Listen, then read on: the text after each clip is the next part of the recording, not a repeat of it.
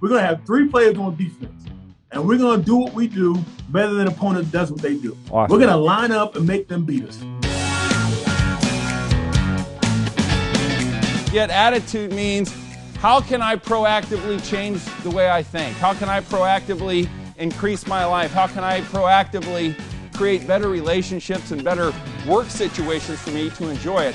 And welcome to the GAP, the Get Attitude Podcast, The Gap, bridging the gap from who you are to who you want to become and from where you are to where you want to be. Hello, everybody. My name is Glenn Bill, founder of the University of Attitude, keynote speaker, and author of the #1 international best-selling book, The ABCs of Attitude. I have been so fortunate to help tens of thousands of people get attitude. Attitude is the secret formula to success in your business and in your life, and this podcast will help you get yours. So, let's get some.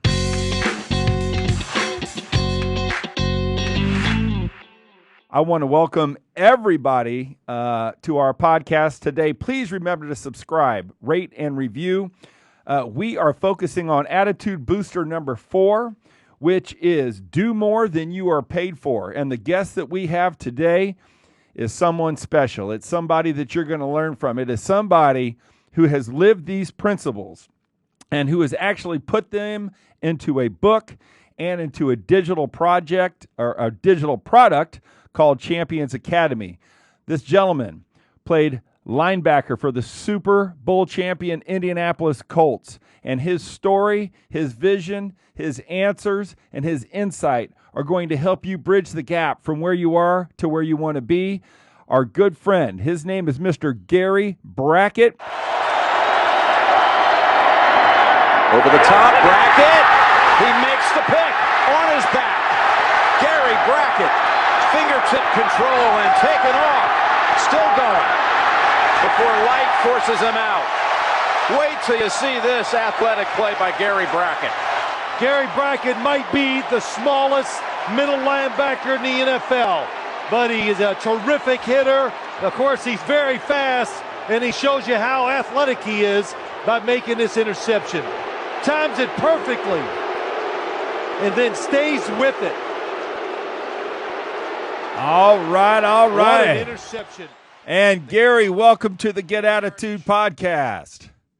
Hey, thanks for having me, man. I'm excited to be here. All right. Well, we're excited. That clip's got to make you feel good, Gary.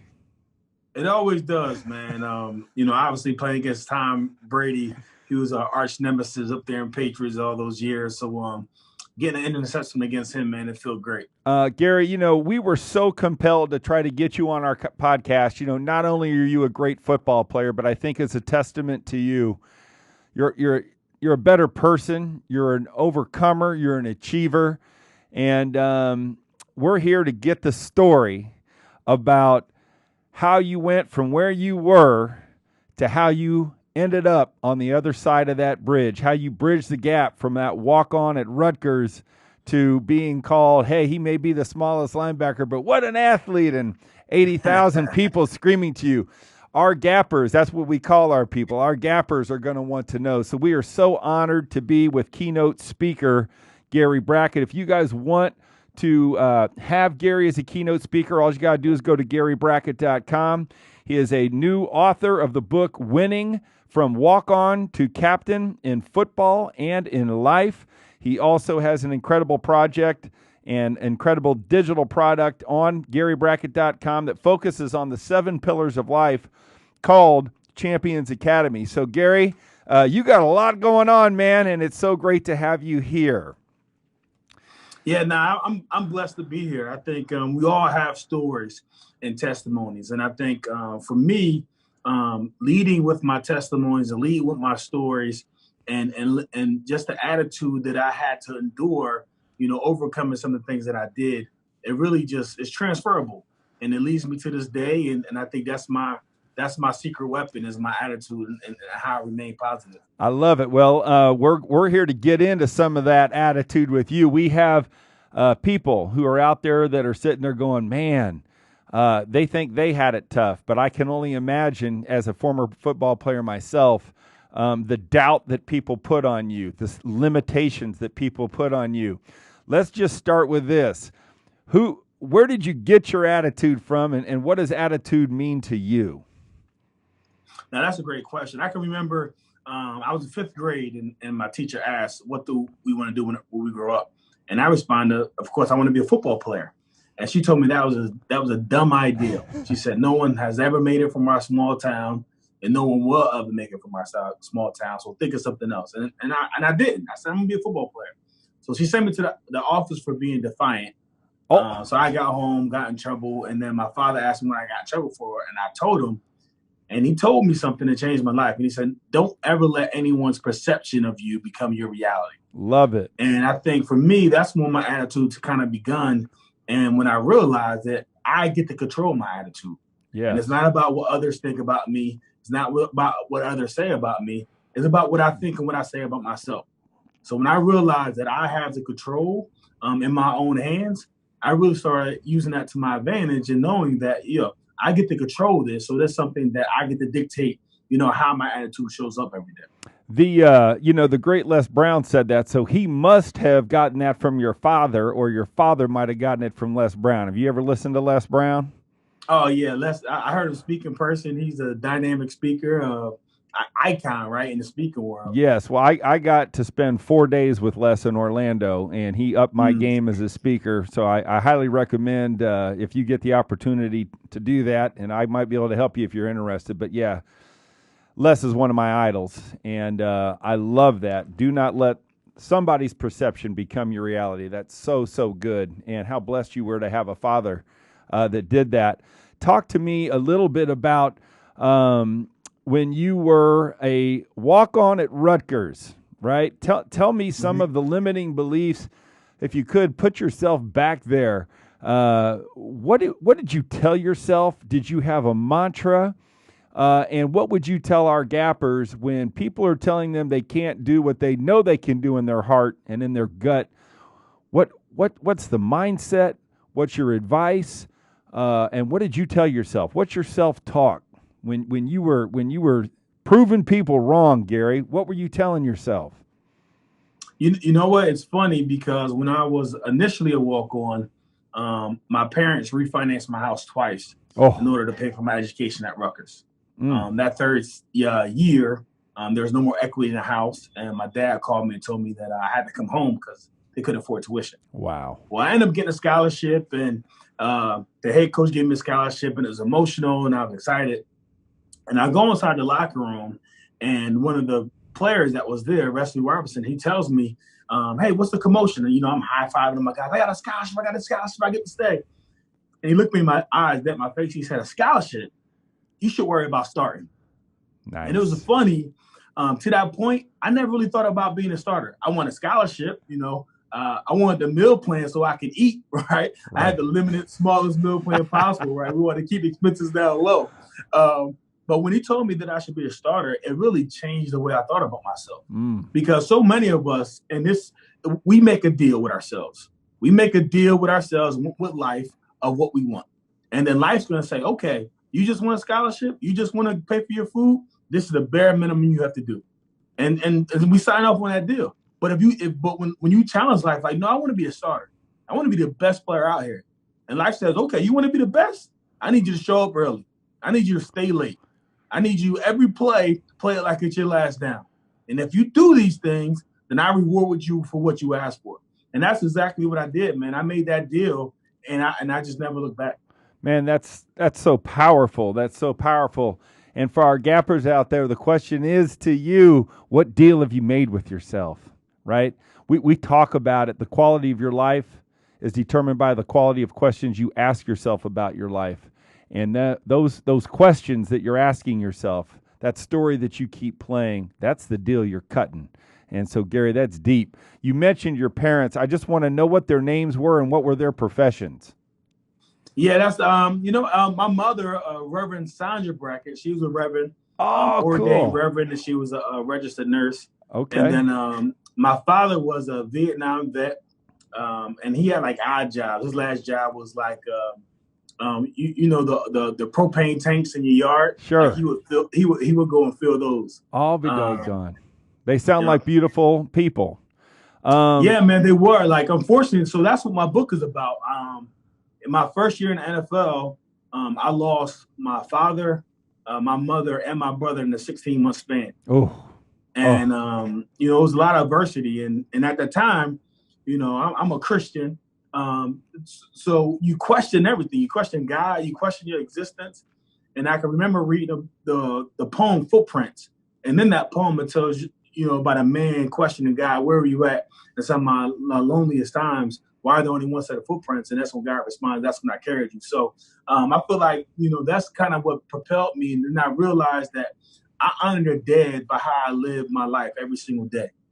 So I still talk to my parents daily, man, and through the ways that I interact with people and how I live my life. Amen, amen, amen. God bless you. And so if your mother was a reverend, I know there's got to be one or two nuggets. Give me some Reverend Sonia-isms for our gappers today. When you think about her wisdom and her words, what comes to your mind? What speaks to your heart when you think of her? What does she tell you? So funny story. I went from not having a scholarship to being a walk-on to then being a captain. So, you know, I'm coming home like, Mom, I'm the captain. Like all these 5-star athletes, these guys are bigger, stronger, faster. And, you know, I got to lead them. Like, how do you lead? And she said, I'm going to give you a play on my playbook, which is the Bible. She said, in the Bible, it says, the greatest among us will serve. So in order for you to be a leader, you have to serve. Yes. And I think that mentality really served me well because on the football field, for me, it was never about my own personal accolades or individual stats. It's about helping others reach theirs. And if I help the team get on track, if I help the defensive line know where they need to go, the linebackers, if I communicated well with everything else and served everyone else, and then they took care of that job, that's going to make my job that much easier. Yeah, that's cool. And, you know, obviously the service to others, not only with the book, is manifesting itself through your digital project called Champions Academy. And the Champions Academy, the 7 Pillars of Life, you can get on GaryBrackett.com. And so, Gary, for our gappers, just as there it is up on our screen, just give us a little brief overview of if our gappers come and they sign up and they walk the 7 pillars with you, what is this going to do for them? What's the purpose of the program? And you know, just tell us about it so we know. Yeah, you know what's crazy, and I'm sure you feel the same way, and that's why you have a podcast to share. But I believe in this notion that success leaves clues. And I've not only been able to experience success for myself, but been around so many successful people. And I almost feel guilty about the knowledge that I've obtained over these years. And I get asked all the time, like, hey, can I meet with you for coffee? Can I get on the phone with you? And that doesn't scale. So what I did, I put all that knowledge, all those frameworks inside of a digital course to help entrepreneurs gain clarity on exactly what you want to do. Because at the end of the life, it's not about success, it's about fulfillment.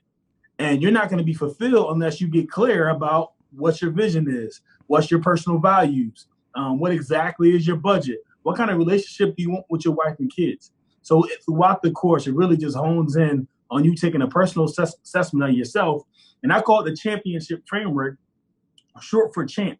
And CHAMP for me stands for currently assess your current position. H, hone in your desired destination. A, and it's to apply the 80-20 principle.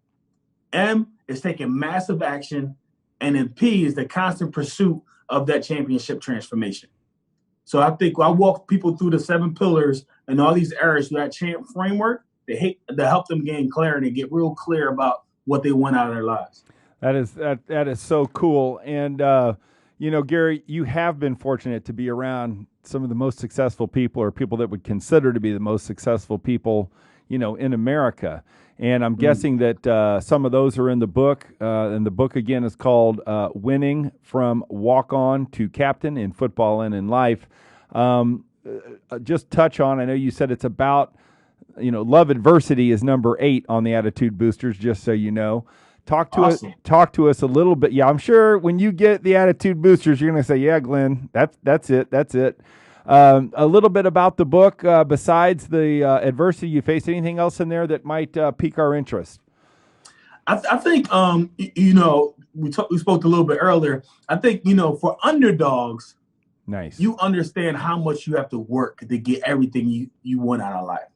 And I think the book really just talks about a journey of this underdog.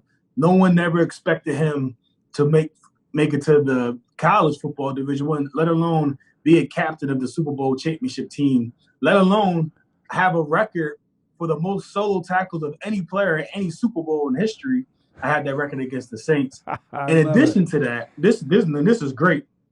The book is actually getting turned into a movie. So you can catch the movie clips on Brackett.movie, and you can see the trailer. We actually shot a promotional trailer for the book to get turned into a movie.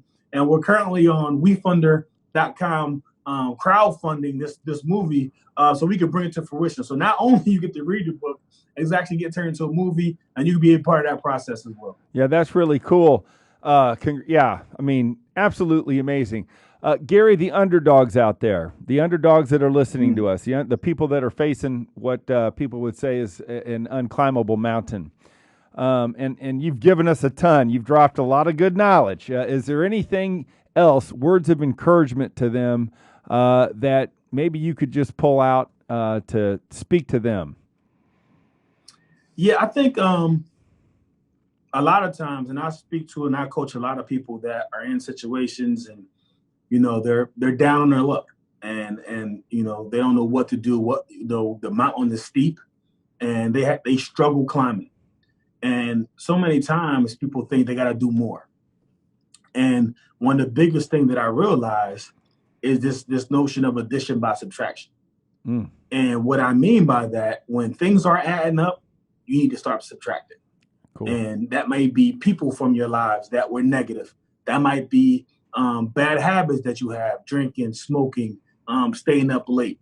So when you really get to the point when you hit rock bottom and you want to climb, the reason you can't climb that hill because your bags are too heavy. Right. You need to lighten the load. You need to get light. You need to get clear on exactly what you want to do. Get rid of all that other additional baggage. And then you're going to wonder, like, man, it's not as heavy as it once was before. Or you're not carrying those burdens.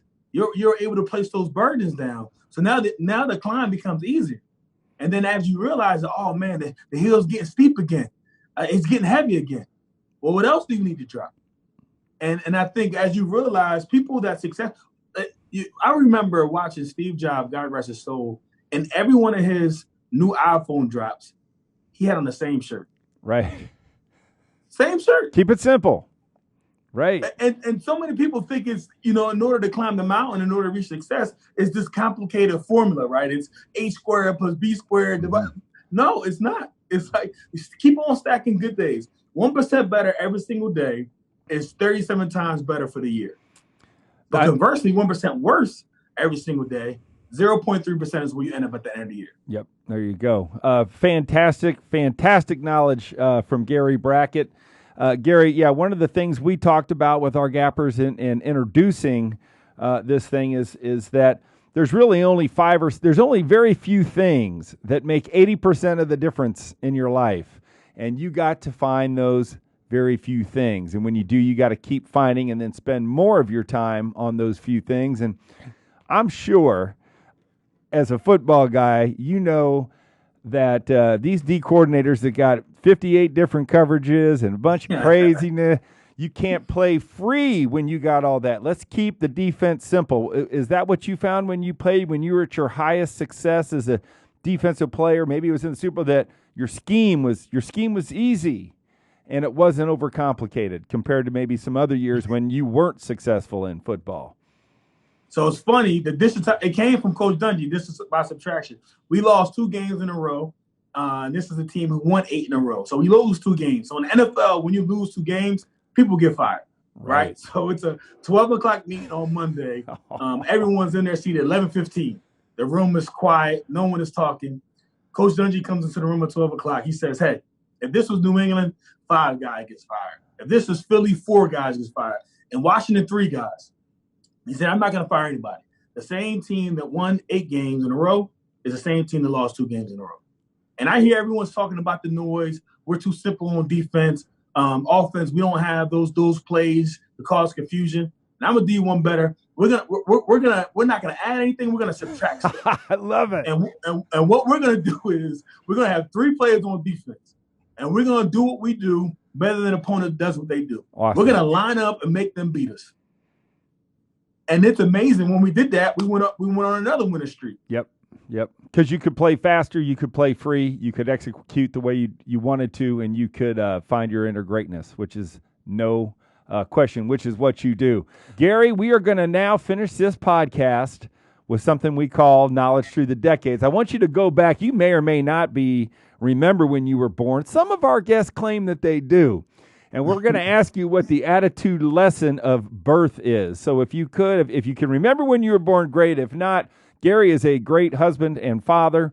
So you might give a shout out to your wife. That's always a good idea, right? But what's the attitude lesson from birth? Yeah. First of all, like you said, shout out Dr. Gary Brackett. She's a doctor, so she's my official retirement plan. Atta girl. And I think my lessons from birth, my mind goes to like when you try to walk and how difficult it is. And it's this whole notion of fall 7 times, stand up 8. Right. And as a child, when you tried to walk for the first few times, you failed miserably. Mm. But somehow look at you now walking. Right. But so many people give up so easily on the first, second step that they never realize that not only they can walk, they can sprint. Mm. And yeah, the bottom line is babies never think about failing. Failing is just part of it. And I think that's our lesson for the gappers today that Gary brings to us is that, well, as Les said, you got to know your vitamin. You got to make failure your vitamin. You got to feed on that. And when babies fail, they don't know they fail because we all sit there and encourage them. And I think the other lesson is the reason you kept trying to walk was because there was somebody standing there with their arms out and their hands out. Attitude booster number 1, be nice, encouraging you, saying you can do it, you can do it, you can do it. Gappers, let's make sure we're doing that for the people in our lives. All right, Gary, you mentioned being in 5th grade when your teacher sent you down, but when you were 10 years old, I want you to go back when you were 10 and tell me the attitude lesson in life you learned at 10.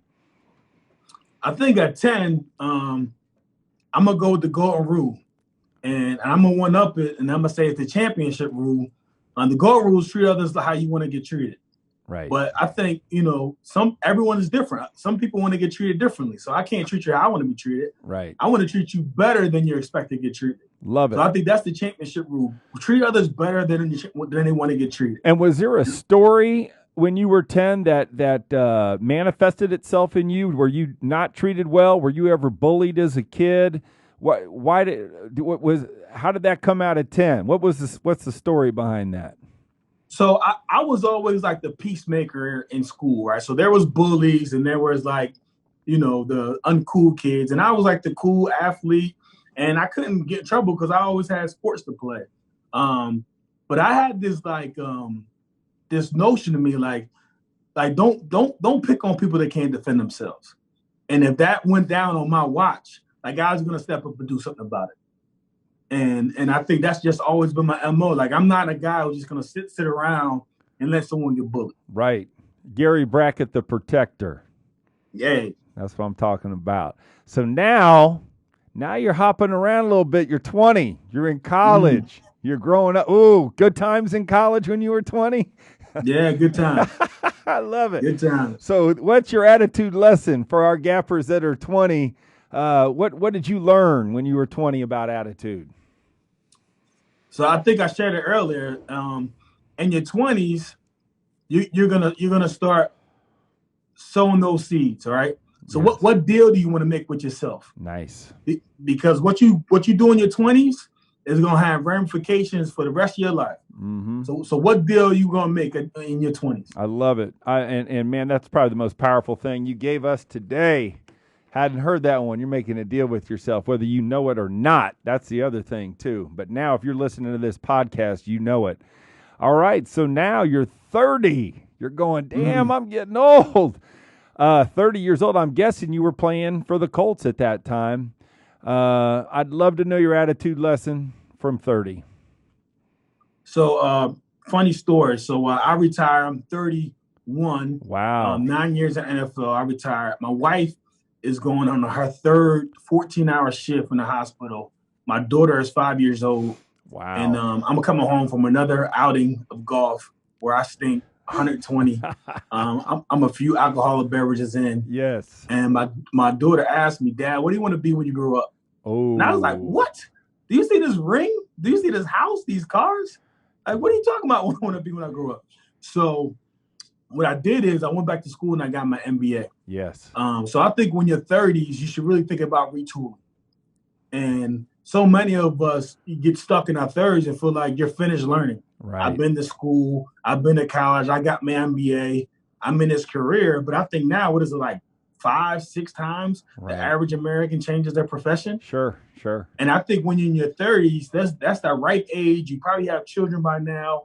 I think being that constant learning and at 30, that's what for me, is about looking at my toolbox and realizing I've been using a hammer for 30 years. Ain't that the truth? And the challenge when using a hammer is everything looks like a nail. Right. So getting inside of that toolbox, ooh, this is a calculator. What does this do? Oh, a projector, a ruler. And start sharpening those other tools in that toolbox, because as you get older, you're going to start realizing you're going to need a whole full gamut of tools to start handling some of these challenges. And I think that's what my 30s were all about. Man, that is such fantastic advice. I always say, you show me a leader that stops learning, I'll show you a leader that's in a rut. And the only thing difference between a rut and a grave are the dimensions. And so your thought about going to the tool, reinventing yourself, so many people that are out there listening to this, you may be walking on the beach, you may be sitting in the sauna, you may be on the treadmill, and I hope that you give a thought to what Gary said. Now, Gary, you're a recent 40-year-old, so we're going to get to play one last thing. Okay. I know that you're an entrepreneur. You own several restaurants in town. The Stack Pickle, we got to give a shout out to those. I've had many a great meal and cold beverage there. Again, we're just so grateful to you and your knowledge and what you've brought to us today.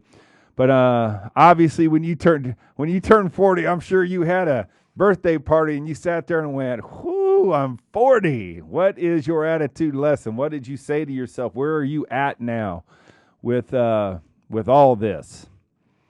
Yeah. So when I look at leadership, right, I look at three things. I look at are they competent? Right. Are they credible? And can they make a positive impact? Nice. And I think by the time you get to 40, you could really answer those three questions. So now in my 40s, it's about making an impact. I love it. And you know, and now I'm the point guard. Now I want to dish the ball. I want to get other people involved. You've always wanted to be a point guard. I guarantee it. You've always wanted to be a point guard, right?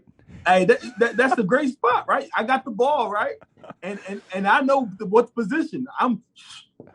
Here. Did you play a little hoop back in the day? Man, I averaged a double in high school. Oh. I was actually a 4 in our system. We were small school, but man, I was a big. I still play down low even now. But running a point, man, in business and in your life, right? Yes.